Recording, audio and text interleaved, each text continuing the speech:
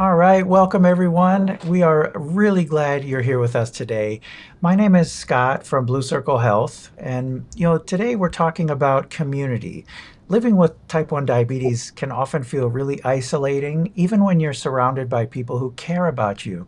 Many of us spend so much time managing the day-to-day details of diabetes that it's really easy to feel like we're doing it alone or that no one else quite understands the full picture. So that's why I'm especially excited about today's conversation around finding community and T1D. Before we do introductions and get going, I do need to cover some quick housekeeping items and then we'll get started.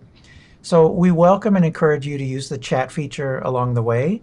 I will keep an eye on it throughout the session, and especially if you need anything during the presentation, just let me know. The session is being recorded. Participation in this event is completely voluntary, and anything you share in the chat may be visible to others. It's important to know that we're not providing medical advice here today. For any personalized guidance, we'll always encourage you to talk with your personal healthcare team. And finally, for anyone who's not familiar with Blue Circle Health, stick around until the end and I'll share a brief overview and answer a few questions. All right, I'm really honored to introduce our guest, Mila Clarke. Mila is a board certified health and wellness coach, a nutritionist, an author, a diabetes advocate, and the founder of Hangry Woman and the Glucose Guide Diabetes Community and app.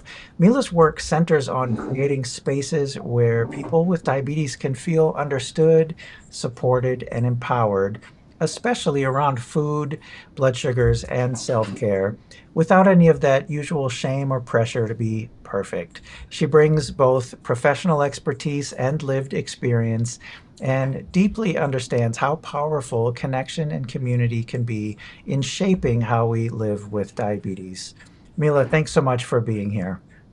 Thank you, Scott, for that lovely and so warm introduction. Oh my gosh, I feel like I'm not doing you justice in introducing the magic of who you are to our viewers today. Can you tell us a little bit about yourself and your story with diabetes? I know I'd love to spend some time there because it wasn't the usual introduction to diabetes, right? Yeah, absolutely. So my story started in 2016 when I was 26 years old, and I was kind of in the middle of my career, just getting things started, like finally had this good independence, but I was feeling so terrible all the time. I was constantly thirsty, constantly peeing. The all of the basic diabetes symptoms, you name them, I was living through it. And I went to a primary care doctor and I said, I'm just feeling a little off, a little tired. And Yeah. my diabetes diagnosis, at least the first one, which was a misdiagnosis to diabetes. I didn't know it at the time. And so I was given the directive that many people with type 2 diabetes are given, which is change your diet, exercise, and come back and see the doctor in 3 months for another A1C.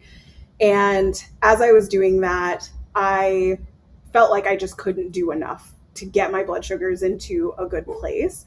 And continually, I kept getting this answer of, well, just do more, just add more, just take more away from your plate, add more exercise. Until I got to a point where I was like, I don't think I could take much more food away from myself. And I don't think I could exercise more in one day than I am right now. Yeah. And so where it gets really unusual is 4 years after my original diagnosis, I was re-diagnosed and screened and tested for type 1 diabetes, which didn't happen in my initial diagnosis. And when I was screened, I was positive for autoantibodies. I had very low insulin production. And my endocrinologist that I saw at the time gave me the diagnosis of LADA, or latent autoimmune diabetes in adults, which is a slow progressing form of type 1 diabetes. And so Mm. I spent a lot of time just trying to figure things out and feeling really isolated and alone and feeling like I wasn't getting the answers that I wanted and that I needed. And the entire time I was going through that process, I think what really got me through was that I had a really strong community around me. And I had people who were willing to tell me, you need to go get tested for type 1. This doesn't seem quite right. You shouldn't be feeling this way after this long.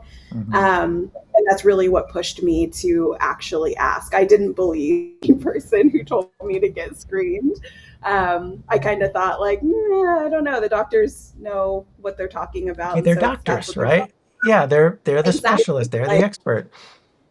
yeah, who am I to question it? But it finally got to a point where I was like, okay, maybe I do need to question it. And that push from people who were my friends in the diabetes community and people who kind of saw it for what it was really why I got re-diagnosed. And I think without them, I would have never even taken the steps to get retested. I might have found out eventually in some way, whether through hospitalization or DKA, but I didn't have to get there because I had some people who had my back and were like, you should go and just get a second opinion.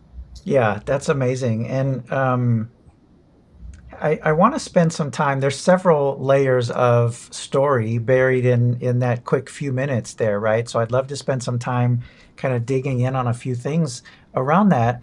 First, you let's talk in a little more detail around what was your journey from that initial misdiagnosis to finally finding your way to a proper diagnosis 4 years later. 4 years is an awfully long time. I can't imagine you were feeling very good because you weren't getting the medicine that you really needed. What was that whole journey like for you? Yeah, when I look back now, I find it so unacceptable because somebody at some point should have listened to me. Somebody should have looked at my chart and said, this is what's happening. These are the medications she's been given. This isn't adding up. And then taking the steps to, introduce screening. Hmm. Honestly, I feel like screening should have been the first thing anybody did to make sure that I was given the right diagnosis, right? Yeah. Because your correct diagnosis makes sure that your treatment is the right treatment. And so, what was really frustrating for me was getting the courage and I think, just backbone to advocate for myself because I was sitting in there, sitting in every doctor's office that I went to, explaining what was happening and then being looked at like, you're not telling the truth or you're not giving us the whole story. And it took me 4 doctors before I got to somebody who ultimately, I went to go see somebody who looks like me, somebody who's a Black woman, who I could sit down and say, I really need somebody to listen to me because I've been in doctor's office after doctor's office after doctor's office, and I'm really tired and nothing is changing. And I don't want this for myself and for my health. And I think the other part of that was that physician was a primary care doctor, but she had the humility to say, let's try to figure this out together for 3 months. And if it doesn't get better, I think you need to go see someone else because I just might not be capable of giving you what you need. And that's okay, but a specialist can dive deeper for you. Um, she was the first person to say that. She was the first Yeah. person to say, I'm pretty confident in my skills, but something else is at play here. And I think you need to dive a little bit deeper instead of trying to manage it and trying to, looking at me every 3 months and being like, your A1C is still not coming down. It's still not getting better. How many hours a week of exercise are you doing? How much are you Right. eating? And then the reverse, we know that with type 1 diabetes, insulin is essential. And I had the experience of being told that if I went on insulin, I was doing the right thing. And Wow. so that conversation really scared me because I thought, okay, if I get to this point, like there's no coming back. I'm going to be like, in quotes, too far gone. And that was the answer the entire time. That's what I needed. So that was also a huge mind shift for me getting the re-diagnosis because I had been told if insulin is in the picture for you, then that means that you did the That's it. worst. Yeah, it's the end of the road. What Yeah. is it what was it like having to go to so many different doctors? I can't imagine. So I avoid confrontation like at all costs, even to, and I can't imagine myself summing up enough courage and strength to change doctors one time. I mean, of course, I can imagine it, and I would do it if I had to, and blah blah blah. But you went to your first doctor, and things just didn't fit, didn't seem right for you. You're feeling bad. You're like, okay, I got to change. I'm going to go to a different doctor, same experience. And I think for me, that would have been where I stopped, right? Like, well, okay, I've seen two doctors, two experts. That must be the end of the story for me. This must be right. You went to yet another one. And when that one still didn't feel right, you pursued a fourth. And folks, I have the benefit of knowing a little bit more about Mila's story. How far away was that fourth doctor to get to? Yeah, it was like a 3 hour round trip. I So mean, I was that's driving an amazing. hour and a half out and then driving an hour and a half back every 3 months because I mean, she was so caring and so good. And I think that for me made the experience worth it. I was like, I'm comfortable with this person. Like, I feel Yeah, like they're going to listen. So to me, it was totally worth travel to make sure that I was at least getting care that felt like it was relevant to me, but also that I had somebody sitting in front of me who was going to be compassionate. And I think that's what I found in the very last doctor I saw before I moved to an endocrinologist, is that she was caring and she was kind. And she also was like, we got to do better for you. And that was something that her doctor even said. Like, they just looked at my chart, they saw 26-year-old Black woman, family history of type 2 yeah, diabetes. That's the answer. She must not be doing it right because her A1C isn't improving, and shrug shoulders, and yeah, that was I what kept me going, was that I was like, I'm going to find somebody who believes me and who will actually look at the full picture and figure out what's wrong. And eventually I did get there, which was nice. But I think you're right. Like, a lot of people don't even have the resources to be right. witch doctors that often. But I just felt like I can't feel this way anymore. And it's too much. And I need to figure out what's going on. And I'm really glad that I did that. It was exhausting. And it took a long time, it took 4 years, but it Yeah. was worth figuring out the answer and then being able to eventually find it. Oh, I'm so sorry you had to go through all of that. It's awful. It's not fair. It's not right, and you shouldn't have had to experience that. Can you can you describe to me what was going through your mind when you learned that all it would have taken is a simple blood test? Like, I think when people hear about screening, it sounds maybe a little bit more involved than that, but it's really just it's a lab draw. It's one additional lab test amidst several others that are usually already happening. What was your experience when you learned that's all it was? Yeah, I kind of laughed. Like, you're kidding me. And it was so funny because as my Sorry, let me move. about T1D. No, it's okay. As my endo was talking to me about T1D, he had asked me, "Do you know what LADA is? Have you ever, heard of this?" And I was kind of like, "Yeah, vaguely familiar, but like, I don't think that's what's going on. I think maybe I just like need to do better. That's what everybody's been telling me." And he was like, "Okay, well, we're going to screen you for autoantibodies, and we're also going to take something called your C peptide level to see how much insulin production is happening in your body." And I said, "Oh, okay. So like, what do I have to do for that? Do I need to fast? Do I need to I was asking him all these questions, and he just kind of chuckled and he was like, "No, it's a blood draw. Like, we will do it today, and we'll get an answer by the end of today." And I was like, "Wait, what?" Like, I thought that this was something that was so much more involved and that was so much more expensive. And he was like, "Nope, I'm going to run it with your other labs. They will take the vial that they take when you go down for blood work, and then I will be able to message you tomorrow and let you know what the outcome is." Wow. Oh, Yeah, and so there was like this like disbelief, like, are you kidding me? Like, I've been getting my blood drawn every 3 to 6 months, depending on the year, for the last 4 years, and they literally could have found this like answer just so much one more quicker. check on the box, right? Like a check on the list. Oh, Yeah, yeah. So that's the one thing that I always really do like to tell people is like, if you feel unsure about the diagnosis, or you feel like there might be something else to it, just ask. Like, all they have to do is check the box for the Yeah. extra blood work, and it's better to know than to have to guess. And you don't have to guess, because there is a direct way to know, Yeah. um, that simple blood draw. So Wow.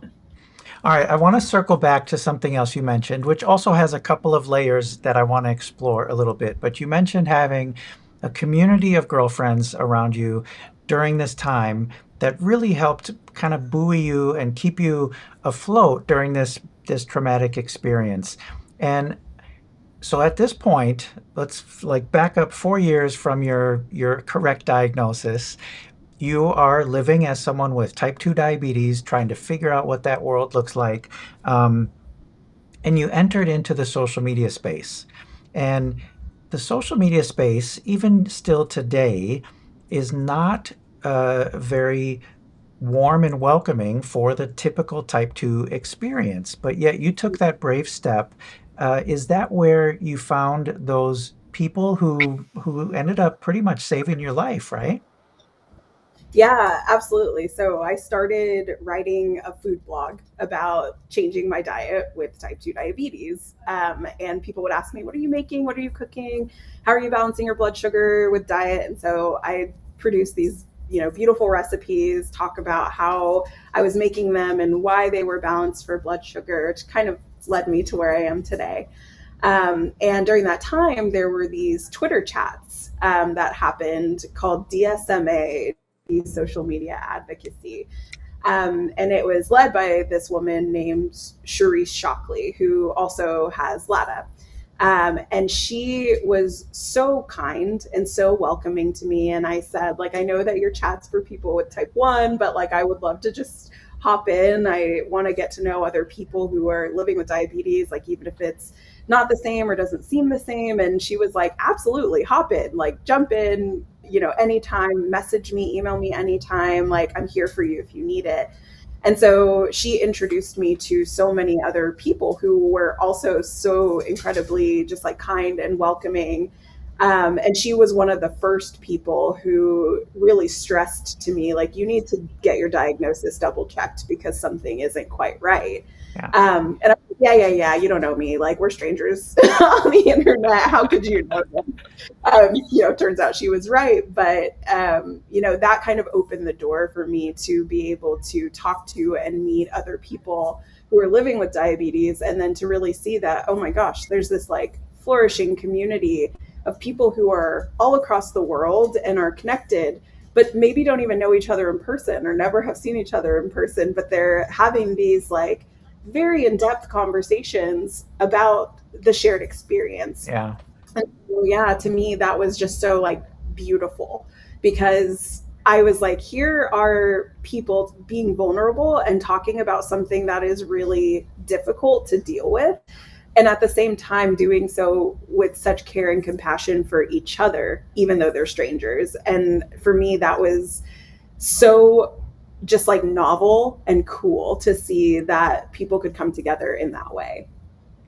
Are you still in touch with anyone like Charisse? She's amazing. She's a dear friend of mine as well.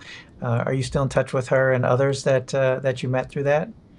Oh yeah, for sure. Like, almost on a daily basis, text, group chat numbers, Amazing. direct line.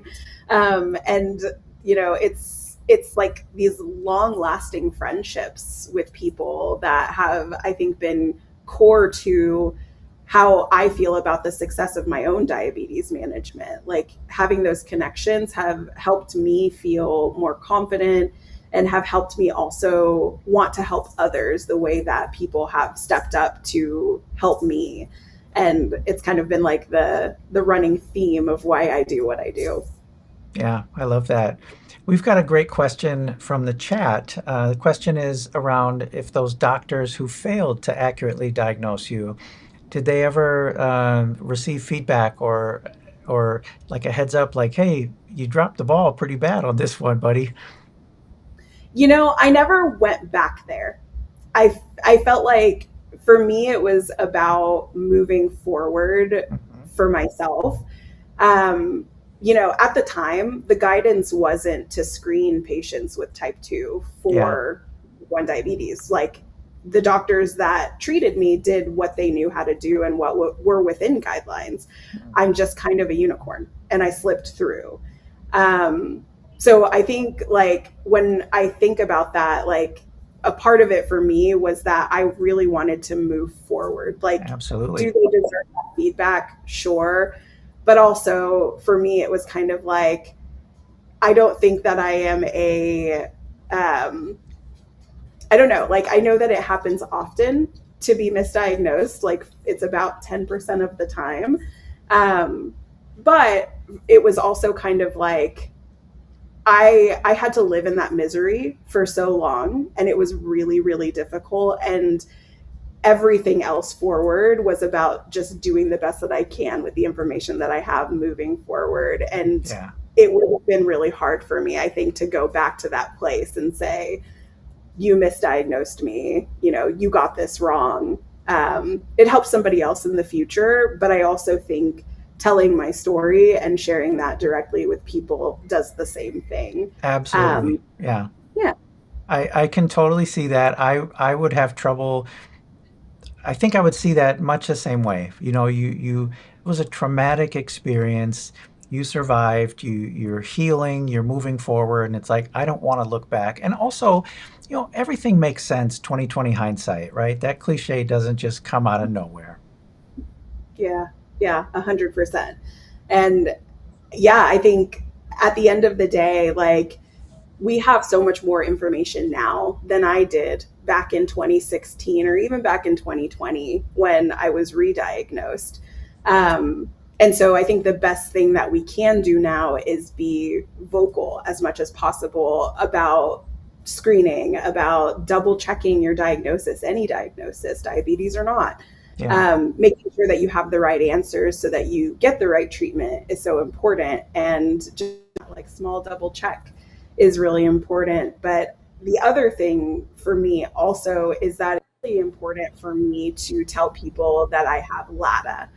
I know a lot of people will kind of say, I have type 1, it's just a form of type 1, but it onsets a lot slower. And so it's Yeah. easier to miss than type 1 diabetes is.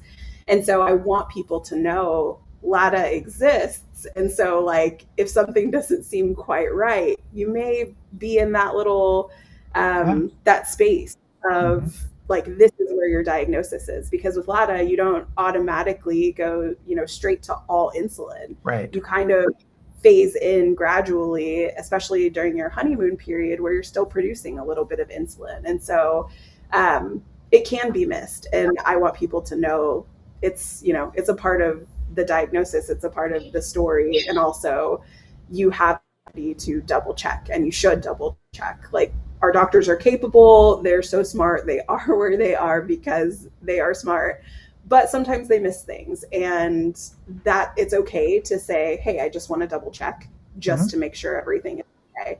um, I kind of had that experience of double checking the other day when I saw a new doctor, and I started a blood pressure medicine, and they had actually given me two medications that were indicated to not take together. Oh, um, interesting. yeah, that could have caused some like like high potassium in my bloodstream. And so when I went to the pharmacy, the pharmacist was like, do not take these two things together. Like, no, don't do it. And I was like, well, but I'm sure they prescribed it for a reason. She goes, don't do it. And so then I went to my endo yesterday and I got a second opinion. And I said, well, the pharmacist said I shouldn't, but this other doctor said I should. And my endo was like, no, listen to the pharmacist. Don't take those two things together.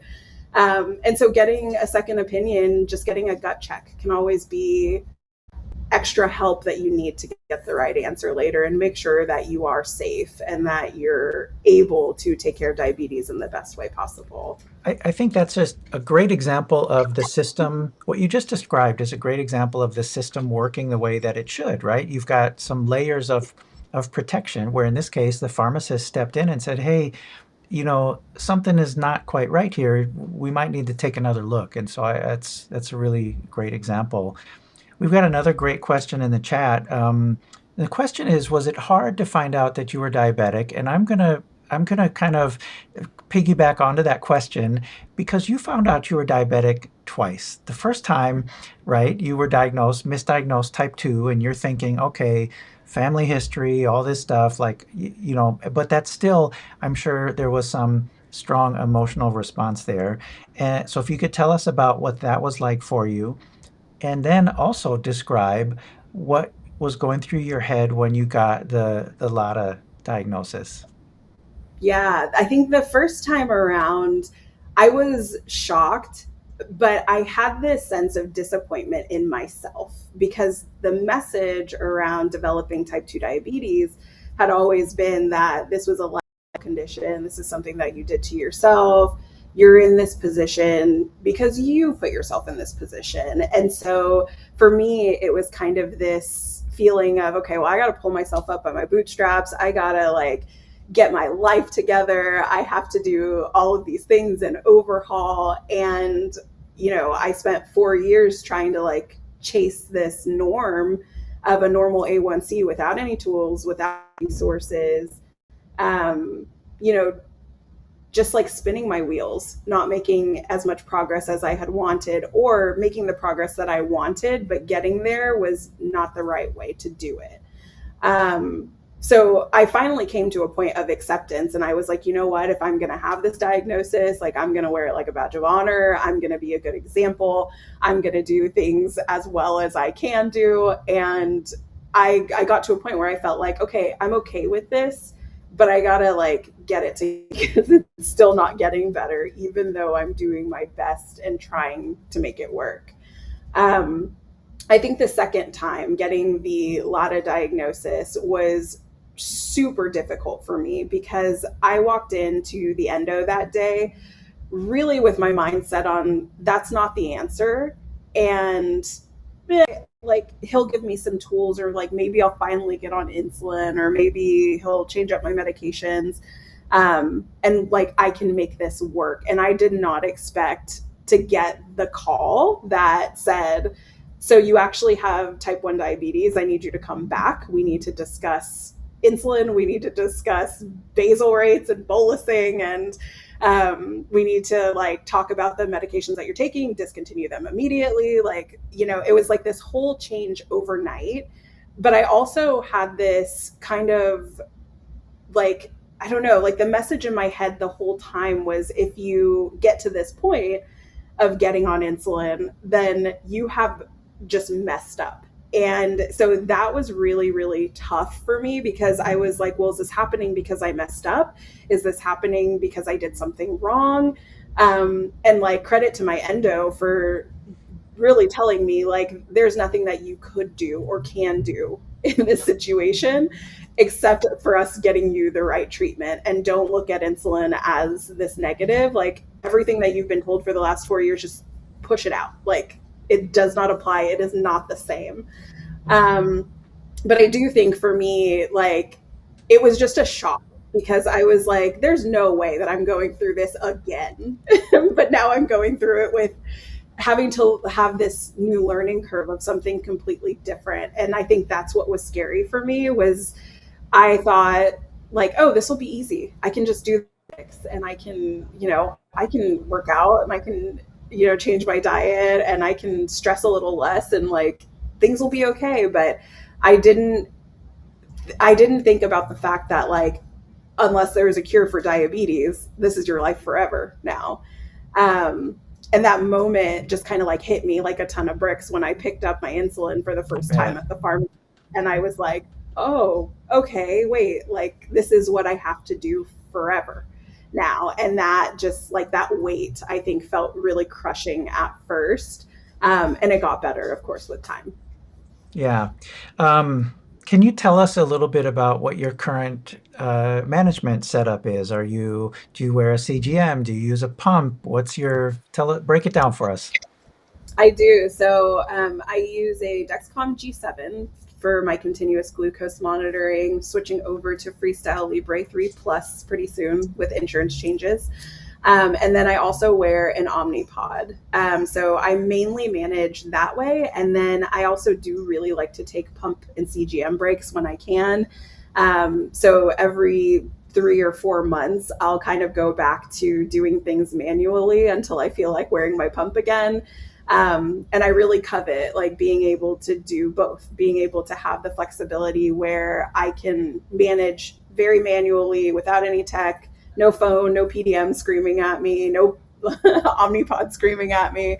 And then also being able to manage with technology, especially for things like work and travel, and when I just want to be a little more hands off, and a little more on autopilot. So I do a little bit of both, and I just kind of go with what works for me. Like sometimes it's a bit overwhelming to do MDI and do manual Sure. everything, but sometimes it's really refreshing to be able to just like wear a dress and not have my CGM showing, or like not have to worry if my pump's going to fall off if I'm like running somewhere or like playing with my kids. So I think like having that flexibility is really nice. And that was something that my endo suggested, was have a little bit of both for when you need a Yeah. break, because sometimes you'll need a break from the tech.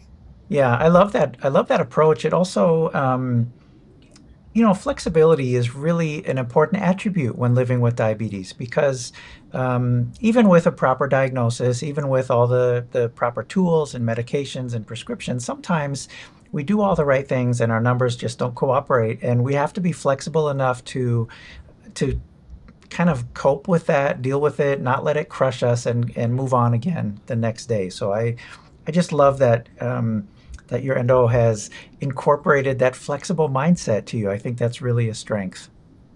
Yeah, for sure. And it's nice to have a provider. Like I'll say this, about your community, right? Like your healthcare providers are a part of your Yes. community. And so like having somebody that you really trust, that you can be open with.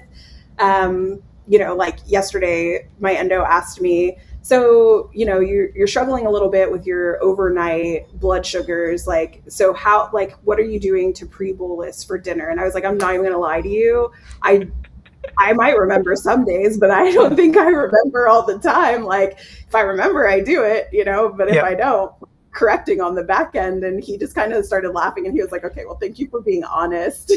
And Yeah. also like, you need to pre-bolus. So like being able to kind of like have somebody that you feel comfortable opening up those conversations with, and that you don't feel like you have to put on this mask of perfection. Yeah. Like if you kind of talk about the shortcomings that you're feeling with your diabetes management, for me that's pre-bolusing. I just like don't remember to do it. Not many Being of us able to, do. It's hard. yeah, yeah, and being able to walk in and be honest and say, well, yeah, I don't do that. Like that's Yeah. going to help them help you, and ultimately make your outcomes a lot better. Yeah. All right. So I know we spent a lot of time on your story, which I think was important because there's a lot there, Mila, and it also, as you mentioned, has really shaped who you are today and through who you are today, what you bring to the world. But one of the things that is very important to me out of this conversation is that those listening and watching, um, who may not already know about Glucose Guide, that they learn about it. So I would like for you to share a little bit about this amazing magical community that you've built. And I think it's pretty apparent and clear how your personal experiences with healthcare have helped shape what you think is important for your community. But please introduce the world watching to Glucose Guide. Yeah, so Glucose Guide is a nutrition and wellness community specifically built for people with diabetes. A lot of our members jokingly call it their diabetes personal assistant, and we've affectionately named the app Gigi. And Gigi is the best because she helps you do things like take a photo of the plate in front of you, and she'll give you a carb estimation. She'll tell you the breakdown of the ingredients on your plate and why they do or don't work for the blood sugar levels that you are trying to manage at. But more importantly, I think it's a space where people can come to be themselves and to talk about diabetes openly with kind feedback. So rather than, sometimes you will walk into a group or walk into a place and you'll start talking about your management and everyone's like, no, like you can't manage that way. You can't do this. You can't do that. Glucose Guide is a place where people manage the way that they manage. And they also get support and kindness. One of the things that I also found in my experience was that when I was first diagnosed, that message to me was eat right, exercise, come back and see me in 3 months. And in that 3 month period, I didn't have anything tangible. I didn't know what that meant. I didn't know how much to eat or how much to exercise or what resources I had at my disposal. And so, in my role as a board certified health coach and nutritionist, I help people with those basics on the in between. So, when someone comes and they're like, I was told to count carbs, but I don't know what a carb is, I'm like, okay, let's start at the very beginning. Let's talk about macronutrients. Like, let's set the stage for you so that you have the basic baseline information and you can use that to move forward with the knowledge that you build over time. So I like to think of us as kind of that in between. Like, you get your marching orders from your care team, they tell you, here's what you do. If you don't understand what that means or you don't understand why you're doing something, you get ample time with me to be able to talk through, like, here's what these things actually mean for you.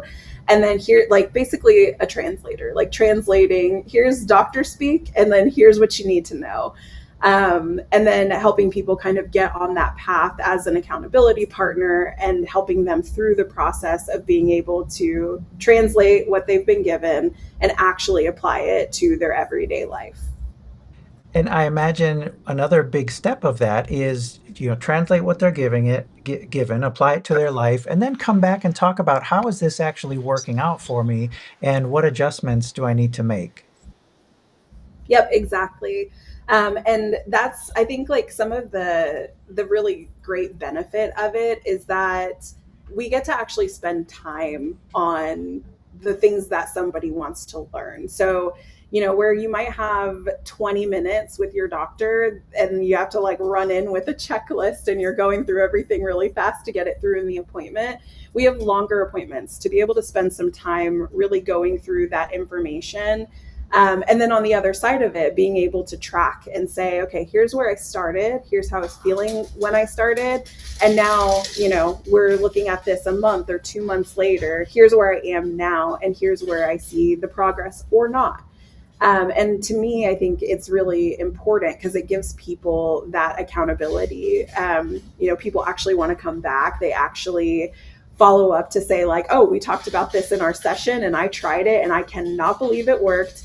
And now I'm going to do more of this. And so I think it helps with the confidence building aspect as well and gives people this ability to be more confident in their diabetes management on their own. Because that's always my goal for someone, is that I don't want you to need me forever and ever and ever. You can. And it's great if you want to like have those conversations way more often. But I also want you to be able to fly on your own and to do it without me next to you. And people get there really quickly, but sometimes in that initial stage, they just need a little bit of extra support and that extra push to get to the place that they want to go. You can't say enough about the importance of just knowing you've got someone there in your corner that's got your back. I think that's really, really important. You also offer um, regular meetings and kind of classes, right? Tell us a little bit about that. Yeah, so I feel like the first step to do better is to know better, and you don't know what you don't know. So we do bi-weekly sessions that are kind of open coaching sessions, usually around a topic. It could be nutrition, it could be sleep, it could be stress, could be exercise, all of the different things that we kind of encounter as people living with diabetes. And it becomes just a free space for people to learn something new and then also be able to open up conversation to others who might be dealing with the same things.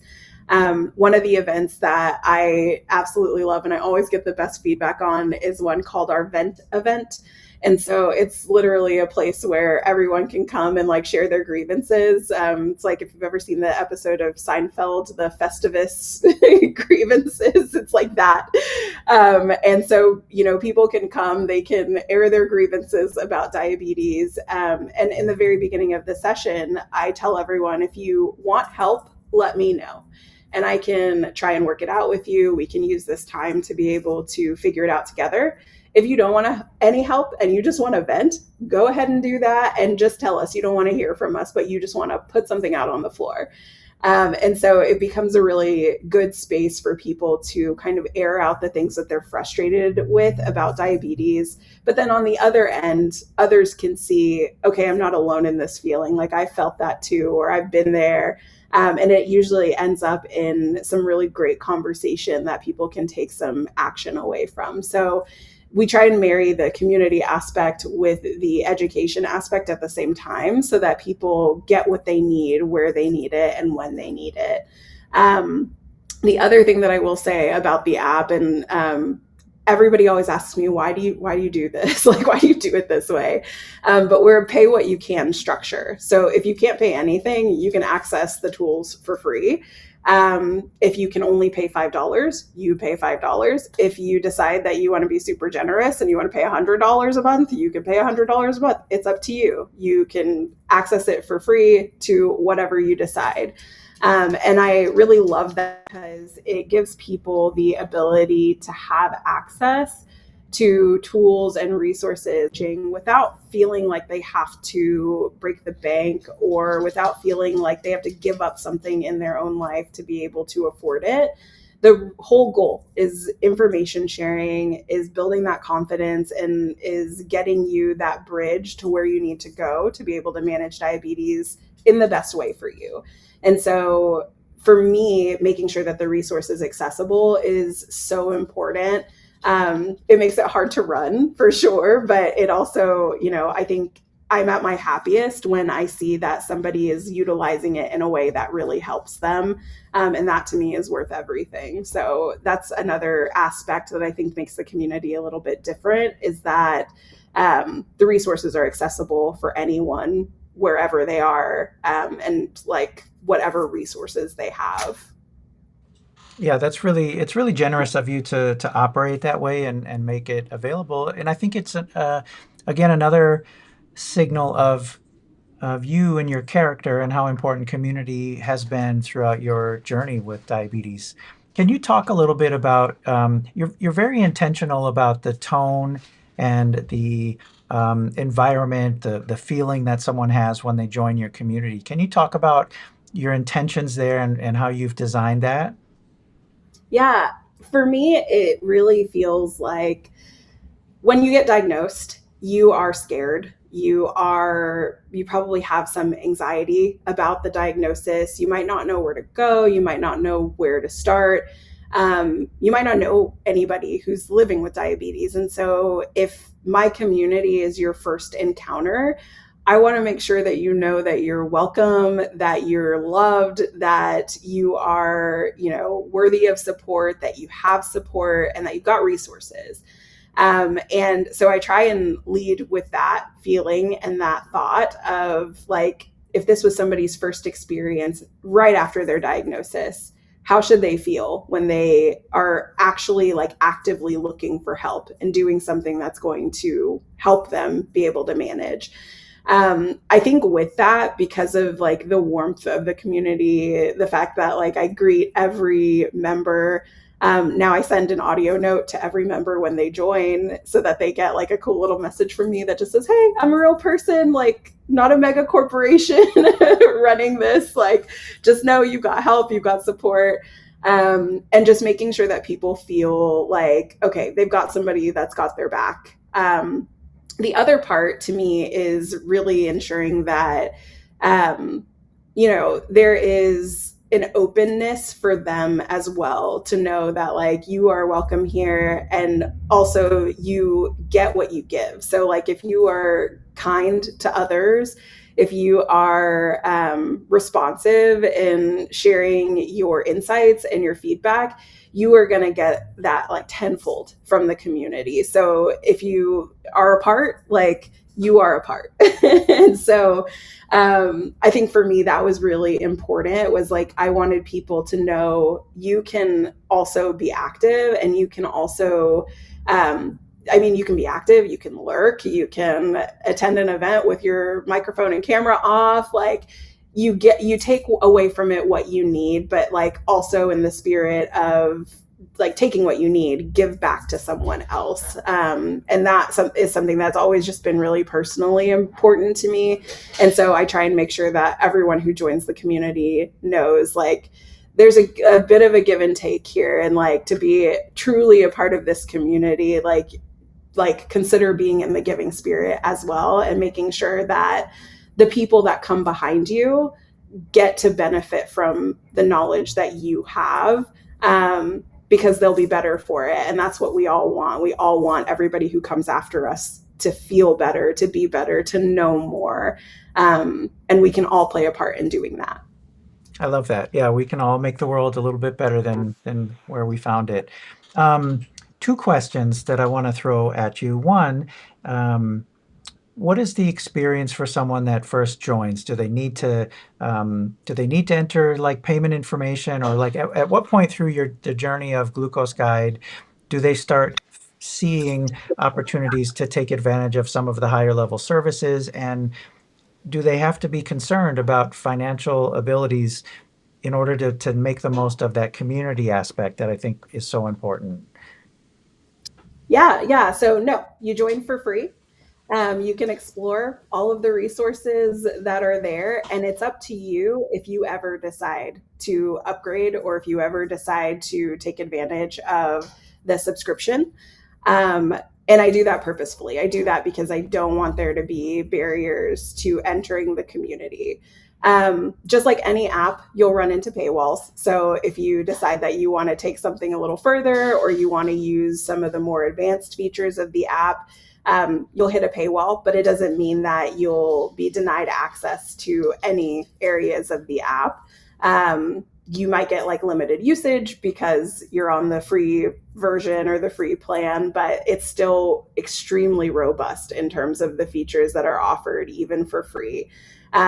So once you join, I will send out reminders of things. I will let you know, like, oh, you can book a session here. Here's where your scheduler is, all of those kinds of things. But up front, you don't have to front anything. You literally just sign up for the app, and then the information is there for you. Yeah, that's great. Thank you. I know people have questions about that, so I wanted to make sure to get that out there. I would also love to hear about how important science is to you. I know you recently, even actually not so recently anymore, completed your master's in nutrition. Having accurate and moderated information in your community is important to you. Tell us a little bit more about that, and why you take such a strong approach there. Yeah, that was something that I think was so important to me from the get go, because I've been in places and groups, particularly on social platforms, where the misinformation rampant. And there's nobody there correcting it. There's nobody there offering the evidence for some of the claims that are made. And so, that's especially why I decided to build my own platform, because I wanted to be able to have this place be protected in a way. And to know that if information is shared in the app, it's evidence based. To also know that I could go in and I could correct people without having to go through like a whole process of like reporting and deleting and all of the things that social media platforms typically make you do. And so for me, even when a member might post something that is to me questionable, I'll look at what they shared. I will go in and I will correct it so that people have the evidence behind it. And so that there isn't just like people posting like, you can cure diabetes with cinnamon, do this, go to this affiliate link, do this thing. And I think that's also something that is that is just really important to me in community, is that really in our app, like, it's because I am watching it like a hawk. It is super easy to spot spammers and to spot people who are trying to connect for reasons other than trying to be connected for people with diabetes. I see and I screen every single member who enters the community. I ask people questions, like when they first enter the community, a little bit if I'm a bit suspicious. And so important for me to make sure that, one, the information that's being shared is evidence-based, and that it's recent. It's a big part of research, especially when I got my master's, was like knowing where to get evidence and knowing how to read studies and knowing how to interpret information. And then on the other side, making sure that I'm moderating in a way where people can feel free to express themselves, but we're also making sure that they're expressing themselves in a way that's rooted in science and evidence. And I think that that has been something that is a big differentiator from maybe other communities that are out there that are kind of just run by people who aren't necessarily that don't have a background in like research, or don't have a background, a similar background to what I have. And so that's always kind of what I lead with, especially even in the articles that I post in the community. Everything is researched heavily and deeply. And then we're also always looking to make sure that what we're sharing is updated, and what the whole community is sharing is also updated. Can you talk a little bit about, so, and please steer me back if I start putting words in your mouth, but I get the sense that community in general is just very, very important to you. You feel that people living with diabetes would benefit from being connected to other people living with diabetes, whether it's through Glucose Guide, whether it's a small group of friends they're texting with, or some other community out there. What are a few sort of high level principles that people can think about in terms of connecting to community if maybe they don't have people they're talking with, or they have had bad experiences with former attempts at connecting to others? Let's bring it, in this last 10 minutes or so, bring it home to folks who want to connect but just aren't sure how or where. Yeah, I think first, it's okay to lurk. It's okay to pop in somewhere, whether that be in a physical space and you're with a group that's in your city, or if you decide to do it through online connection. It's okay to be passive, to walk in, observe, to feel it out, get the vibe, see if it's something that you really want to be a part of. And it's also okay to leave if it's not okay. If you're like, nah, this isn't for me. Tons of people come to Glucose Guide and they're like, nah, this isn't really what I was looking for, but thanks anyway. And so I think, like, if you walk in and you're not feeling it and you're like, I don't know if this is the space for me, or I don't know if I fit here, that's okay. Like, you don't have to be like jumping in as like super active right off the bat. You can get a feel for what this space is going to be like for you, and if it's going to be something that is going to be helpful to you. I think one of the other things to look at just in terms of community is, who's running the community, but how are they treating people within the community? If there is I feel like we live in a world with healthy disagreement, maybe unhealthy disagreement sometimes, but if there is a resistance to people's opinions, or a resistance to being heard, or a resistance to differing opinions being heard, that can be a signal that the community is not as open-minded as it could be, and that you may not get the information that you're looking for there. Those are two big things to look out for, is just the good vibe check, but then also like, how is the community facilitated, and also how are people interacting with each other? It should be a good experience. Like being in different groups should not stress you out. It shouldn't feel like more of a burden to your diabetes management to be a part of them. And if it does, or if it feels toxic, exit. Like protect your peace, leave, find a different place. And that can be helpful. And the other thing that I'll say is sometimes that close knit group of friends is also just so valuable.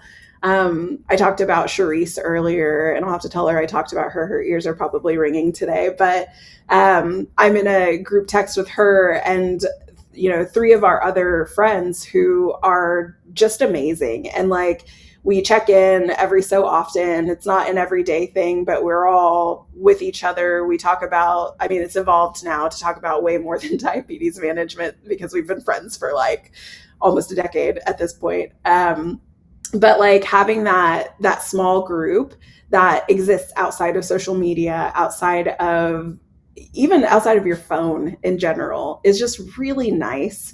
And it can be a relief to just know that you've got people who have your back and who understand. And like maybe you find them via social media and then it becomes more of a tangible kind of friendship. That's okay too. Like I am of the opinion that you can find friends anywhere. And I feel like I've proven that I can find friends anywhere. And also that people don't have to be right next to you up close to still be a valuable part of your community. Yeah, that's beautiful. Thank you. Um, if you had to, I mean, we've covered a lot today, but if you had to pick two or three takeaways that you want people to leave with after listening to our conversation, what would those be? I think one is to be persistent. Um, I think everybody watching likely has interacted with Blue Circle Health. And I feel like Blue Circle Health is such a great example of what happens when you have the necessary support across, like doing a Blue Circle ad for you right now, but when you have the necessary support and you build that confidence to allow you to be more vocal and to advocate for yourself. And I think people who get to interact with you get to be on this road of, wait a second, like these are the resources that I have at my disposal as someone with type 1. And it really takes you through the whole process. And then I think it goes back to that, if you know better, you can do better. Now that you have this information and now that you've been through this process, you can move forward with better information and better clarity around the support that you have for diabetes management. So I think that persistence of seeking out the help that you need in the first place is so golden and is really like the kickstart to everything that comes later.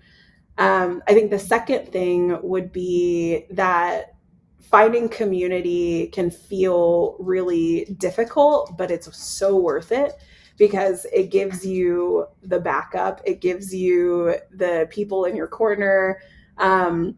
It gives you that ability to know that you just have support and you're not alone. And I think that diabetes can feel so isolating, and knowing that you're not alone is one of those things that can just make management so much easier and so much better. Like, that you're not the only one having a really bad day. That you're not the only one whose pump expired at 4:30 a.m. when you really didn't want to get up in the morning. That you're not the only one who's laying on their CGM and it tells you that you're low, and then you got to go do a finger stick to confirm and make sure it's okay. Like, you got that support and you've got that knowledge that you're not in it by yourself. I think the third thing that I would say is that, this is hard. Maybe I only have two things. That's okay. It's if you don't have to, Yeah, I think, hold on. What's my third thing? My third thing maybe is that I hadn't said through our conversation, but I think it's really important. And if you meet me in Glucose Guide or you join me in Glucose Guide, you'll see this running theme. But you're allowed to live a life with diabetes and have joy at the same time. I think oftentimes like we talk about all of the hard stuff, which is really, really important. But we also have to make space and room for joy in our lives because we're not just people attached to robot parts. Like we're people first. And so like it's okay to celebrate with your family. It's okay to like, you know, be excited that your A1C came back and it's within your target ranges. It's okay have, you know, those human moments as someone with diabetes. It's okay to want to fling your pump across the room. I'll give you a good example. My pump died at 4:30 a.m. a few nights ago, which is why I example. And I didn't hear it, so it was off the whole rest of the morning until I woke up. And when I did finally wake up, my cell phone would not disconnect the pump. It was screaming for like hours and hours and hours. I had to stick it under a pile of clothes in my closet because it wouldn't stop screaming. Um, and like I had that moment and I was just like, oh, I'm so like annoyed that it won't shut up. But then like I knew, you know, at least I've got like the accessibility now to even have an insulin pump. At least I know now that like I can, you know, I have technology to be able to get me through that people didn't have before. At least I know now that like I can live a life tethered or untethered if I decide, like whatever I decide. And so being able to find that flexibility and that joy and those human moments of just recognizing like I am a human being and I'm allowed to be happy even though I have diabetes. It sounds so like dumb and simple, but I think we forget sometimes that we're allowed to be happy, healthy human beings even though we're dealing with something that is really difficult. Well, Mila, I think you are a shining example of a happy, healthy human being who's dealing well with something difficult. So thank you for that. Where can people Thank you. find more of you? Where can they connect with you online? Yeah, if you search the Hangry Woman, you'll find me pretty much everywhere. And then if you want to check out Glucose Guide, visit glucoseguide.app and you'll get to join the community and see what resources we have to offer around food, nutrition, and community. Amazing. Well, Mila, thank you so much for sharing your insight, your experience, your commitment to building meaningful connections in the diabetes community. Your work really helps remind people that they don't have to navigate diabetes alone. Thank you so much. It was such a joy to talk to you, Scott. As always, thank you. Thank you. I love talking with you as well. All right, so I'm going to move into some housekeeping, closing housekeeping, and then for anyone who is not familiar with Blue Circle Health, stick around and I can do a quick intro. But Mila, feel free to drop off at any time throughout this or hang out. That's also amazing as well. And thank you to everyone who joined today. If something from this conversation resonated, whether it was a sense of relief, recognition, or curiosity, we hope that you'll honor that and continue seeking out connection in ways that feels supportive to you. At Blue Circle Health, we believe that diabetes care it's about more than just managing numbers. It's about supporting the whole person and helping people feel less alone between appointments and beyond. And conversations like this are a really big part of that. So thank you all again for being here and for showing up for yourselves. I'll be sending a follow-up email with the recording, resources, and links so you can review any of the information shared today.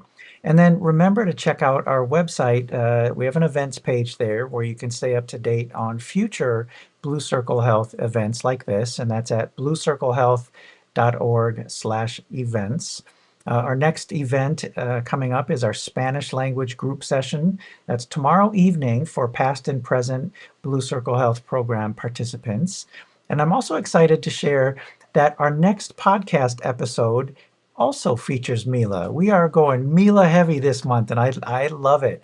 That actually releases next week on Wednesday.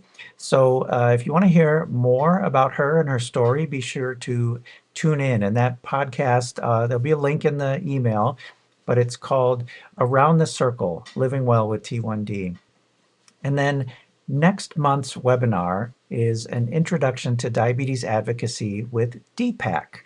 That's happening on March 25th. All of the details and registration links are available on our website, again at bluecirclehealth.org/events. You can also find information about the podcast along with links to recent episodes in the news section. So I'm going to start some slides and move into the overview. And if you have questions along the way, please let me know in the chat, and I will stick around at the end to answer them. Okay, so one of our core beliefs at Blue Circle Health is that people with type 1 diabetes shouldn't have to fight for what they need to live.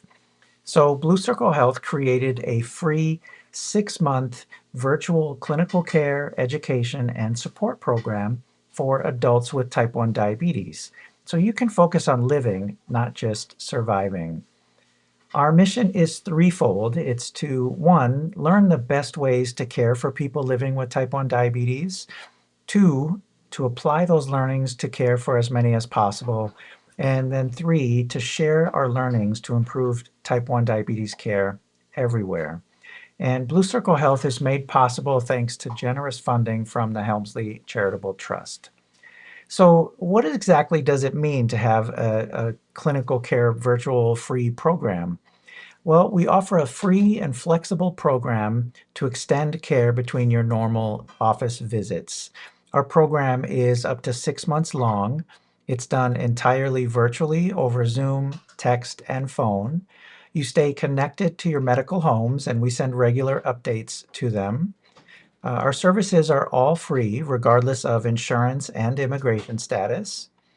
Re-enrollment in the program is possible 1 year from the original enrollment date, and the program offers as much or as little support as requested.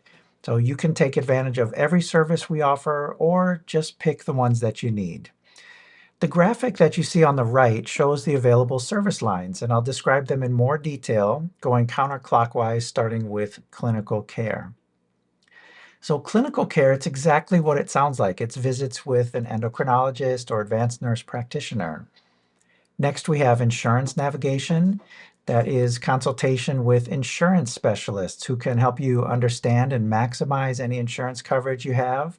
They can help you find insurance coverage if needed and help with prior authorizations. And we have diabetes supportive counseling, which offers help with the emotional burden of T1D. We have case management. So our case managers can help if you're struggling with food, housing, or employment insecurities. We have peer support and community. So in addition to the monthly group sessions, like you heard me mention the Spanish session coming up, you'll also have a dedicated T1D support guide to work with who will help you navigate all of the other services and be there for you if you just need someone to talk with. We also have ongoing community events just like this, and also connections to other great type 1 diabetes community organizations. We also have education and nutrition. So this is visits with registered dietitians and certified diabetes care and education specialists. And then there are 2 additional programs available within the overall Blue Circle Health program. The first is a prescription assistance program for qualified applicants who need help paying for their supplies and medications. The qualification for that is an income level at or below 300% of the federal poverty level. Then we also have an Intro to CGM, which is a program that provides 3 months of free education and access to a CGM for those who have not had reliable access to one before. We're now available in 20 states plus Washington, D.C., with more coming very soon. And we've helped more than 1,000 participants since January of 2024 when we started. And our goal is to make it really easy to get involved. When you hear about all those great services, you might think that, boy, it really must be tough to get in the program. And it's not. Here's what you need. You need a diagnosis of type 1 diabetes. And no, this is not just newly diagnosed. We're here for you anywhere along your T1D journey. And yes, this does include LADA, as we talked about today. You must be an adult. You have to be 18 years or older. You have to be able to speak English and or Spanish. You have to be able to connect and participate in virtual care. So that means usually access to a smartphone or a computer for Zoom video calls. You have to have a primary care doctor or an endocrinologist, or be willing for us to help you connect to one. And then you need to live in a state where we're licensed in. And you also you can't be currently pregnant. And again, the list of states that we're available in, it's growing fast. So head to our website for the most current list of states. And then you can get started in just 3 easy steps. One, sign up on our website at bluecirclehealth.org. We'll contact you to create a plan that meets your needs, and then you start your T1D care and support program.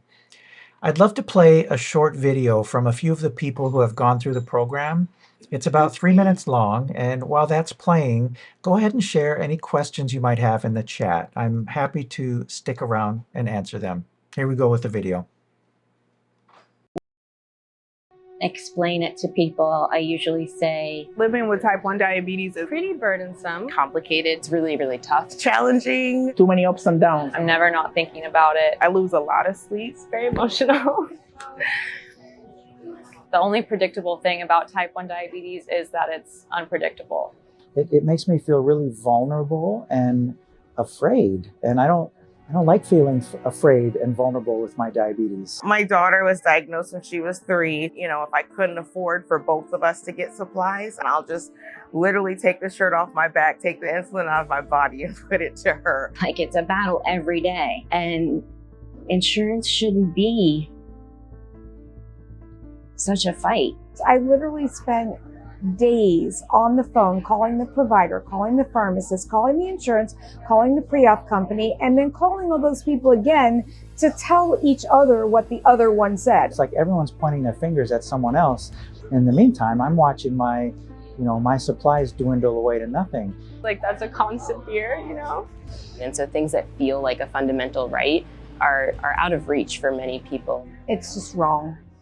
A friend of mine on Instagram sent me Blue Circle Health, so I immediately signed up. Blue Circle Health is a nonprofit with a free clinical care, education, and support program. We deliver our program entirely virtually. It's all telehealth, and it's up to 6 months long. You get education, you get support, you get assistance navigating insurance. It's phenomenal. I don't know where I would be right now if I didn't find Blue Circle Health. They picked me up when I was at one of my lowest points. It's just honestly a godsend. Felt like they get it. It felt like we're making the change that we should already have. We were really fortunate to have funding from the Helmsley Charitable Trust to make this possible and create this program and be able to offer it for free. My life has drastically improved. I have really great insurance. The insurance counselor through Blue Circle was amazing. Not much makes me that emotional, but having to not worry about the financial aspect of that as a single mom who's rebuilding is, yeah, it's really comforting. Yeah, I'm crying. And if Blue Circle Health can get out there and show people that this is the right way, it's the right thing to do. You don't have to go through it alone.